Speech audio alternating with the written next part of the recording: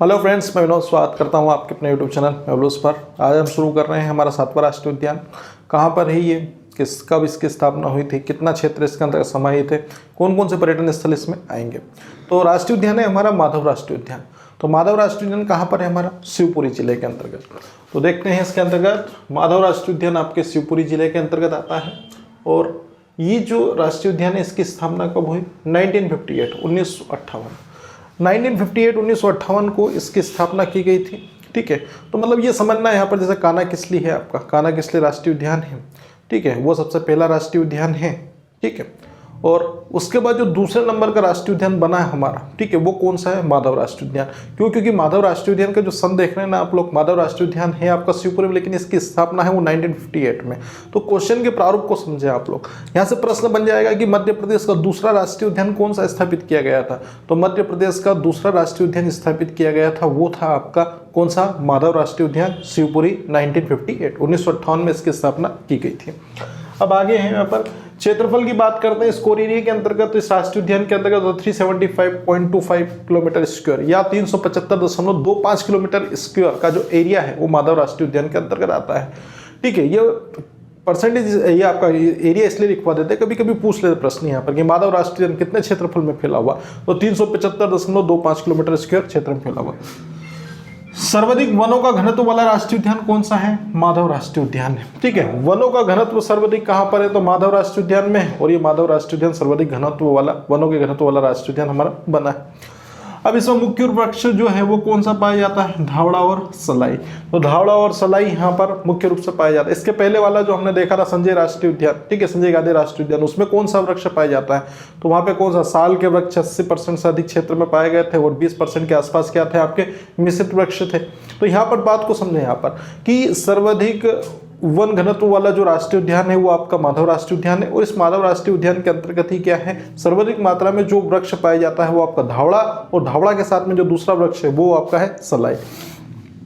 जो स्वतंत्रता पूर्व सिंधिया राजाओं के शिकार का स्थल हुआ करता था। ठीक है, तो ये मराठा राजा हुआ करते थे आपके सिंधिया राजवंश, जो आपके ग्वालियर के अंतर्गत है। अभी ग्वालियर कहाँ पर है भैया, तो यहाँ पर देख लीजिए आप लोग, ये आपका श्योपुर है, ये आपका भिंड है, ये आपका कौन सा है, मुरैना है। ठीक है, इनके पास में ये कौन सा आपका ग्वालियर है, यहीं पे आपका क्या है, दतिया है। और इसके पास में ये आपका कौन सा क्षेत्र है आपका, ये आपको मिल जाएगा आपका शिवपुरी।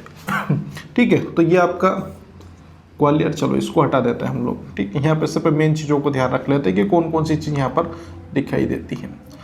ये आपका ग्वालियर, ग्वालियर के पास में आपको क्या मिलेगा, शिवपुरी। तो ये तो स्थान हो गया ग्वालियर। ग्वालियर राजा है जो होते, जय विलास पैलेस का नाम सुना होगा, कहाँ पर है, जय विलास पैलेस ग्वालियर है, जहाँ पर सिंधिया राजवंश के राजा क्या करते थे, शासन वगैरह करते थे।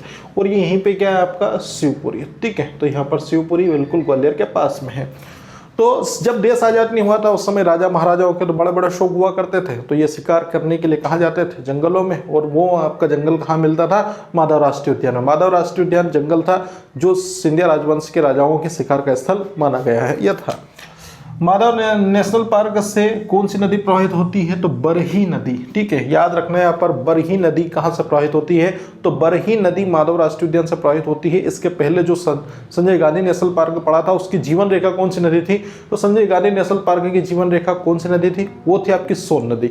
लेकिन यहाँ माधव राष्ट्रीय उद्यान से कौन सी नदी प्रवाहित होती है, तो बरही नदी प्रवाहित होती है और बहती हुई जाती है। संजय गांधी राष्ट्रीय उद्यान से राष्ट्रीय राजमार्ग, ठीक है, संजय नहीं सॉरी, माधव राष्ट्रीय उद्यान से क्या भैया, राष्ट्रीय राजमार्ग या NH3 होकर गुजरता है। ठीक है, जिसे आप आगरा टू बॉम्बे या AB रोड भी बोलते हैं, क्या बोलते हैं, AB रोड। तो AB रोड या फिर आगरा टू बॉम्बे रोड, जिसे NH3 नेशनल हाईवे या राष्ट्रीय राजमार्ग क्रमांक 3 कहा जाता है।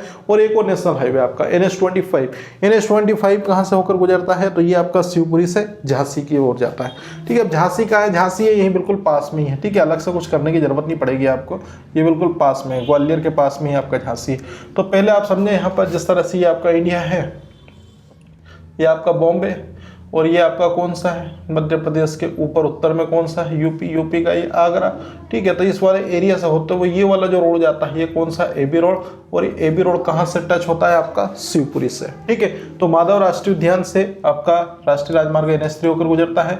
उसी प्रकार शिवपुरी से झांसी का जो रोड है, ठीक है, तो ये नेशनल हाईवे क्रमांक 3 हो गया NH3, और ये हो गया NH25 मतलब आपका शिवपुरी से ये आपका कहाँ से, झांसी। ये झांसी भी कहाँ पर, ये उत्तर प्रदेश में है ना। तो ये वाला जो एरिया पड़ता है, ठीक है। तो कहीं से भी प्रश्न आए, NH3 पूछे या NH25 पूछे, दोनों के दोनों नेशनल हाईवे वो होकर गुजरेंगे माधव राष्ट्रीय उद्यान से, और ये माधव राष्ट्रीय उद्यान शिवपुरी में है, और यहाँ से बरही नदी क्या होती है, प्रवाहित होती हुई निकलती है। सिंधिया राजाओं ने यहाँ पर मनिहार नदी पर, ये नदी का नाम क्या है, मनिहार नदी, ठीक है, बरही नदी प्रवाहित होती है, जबकि एक और नदी यहाँ पर, उसका नाम क्या, मनिहार नदी।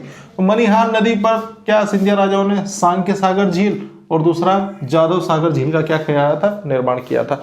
तो पूछ ले कि सांख्य सागर झील और जादव सागर झील कहाँ पर है, तो सांख्य सागर झील और जादव सागर झील है आपकी, ये मुख्य रूप से माधव राष्ट्रीय उद्यान में है, जिनका निर्माण है वो सिंधिया वंश के राजाओं ने करवाया था।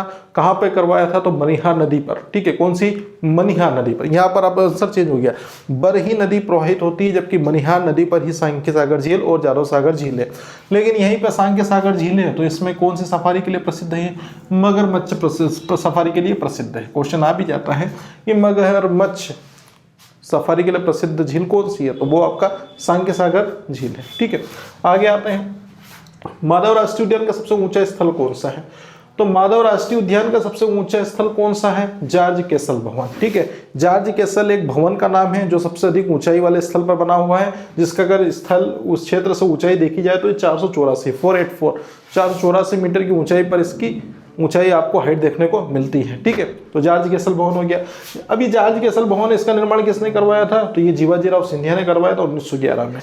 जीवाजीराव सिंधिया के द्वारा 1911 में क्या किया गया था, आपके जॉर्ज केसल भवन का निर्माण किया गया था। तो उन्होंने क्यों करवाया 1911 में, उन्होंने इसलिए करवाया क्योंकि इसका एक कारण था, उस कारण का नाम था जॉर्ज पंचम, ठीक है। ये आपका इंग्लैंड का राजा या फिर ब्रिटेन का महाराज को जॉर्ज पंचम कहाँ आया था, भारत यात्रा पर, ठीक है। तो जॉर्ज पंचम के भारत यात्रा के सफर, ठीक है, आसपास यहाँ पर किसने, तो यहाँ पर जीवाजीराव सिंधिया ने 1911 में आपका माधव राष्ट्रीय उद्यान के पास में ही या उसके अंतर्गत ही क्या किया, जॉर्ज केसल भवन का निर्माण करवाया था, जो मध्य प्रदेश के माधव राष्ट्रीय उद्यान का सबसे ऊंचा स्थल है, जिसकी ऊंचाई है वो है 484 मीटर है। तात्या टोपे की समाधि कहाँ पर, सिंधिया राजाओं की छतरी है, ठीक है। तात्या टोपे की समाधि तो बहुत ही इंपॉर्टेंट क्वेश्चन है यहाँ पर कि तात्या टोपे को फांसी कहाँ दी गई थी, तो शिवपुरी में दी गई थी। वो शिवपुरी में ही उनकी जो समाधि वो किस राष्ट्रीय उद्यान के अंतर्गत है, उस किस राष्ट्रीय उद्यान में आता है, तो वो आपका शिवपुरी। उसके साथ में सिंधिया राजश्री के सिंधिया राजाओं ने जो शासन किया था वो ग्वालियर में किया था, लेकिन उनके जो समाधि स्थल है वो कहाँ पर है, तो वो आपका बिल्कुल शिवपुरी में है। तो तात्या टोपे की समाधि और सिंधिया राजाओं की छतरी है, ये हो गए आपके कहाँ पर, ये हो गए आपके ग्वालियर, आपके शिवपुरी में। भदिया कुंड और सुरभला की गरही है। सुरभला की गरही क्या है, पत्थरों की एक क्या है आकृतियां बनी हुई, जिससे सुरभला की गरही कहा जाता है।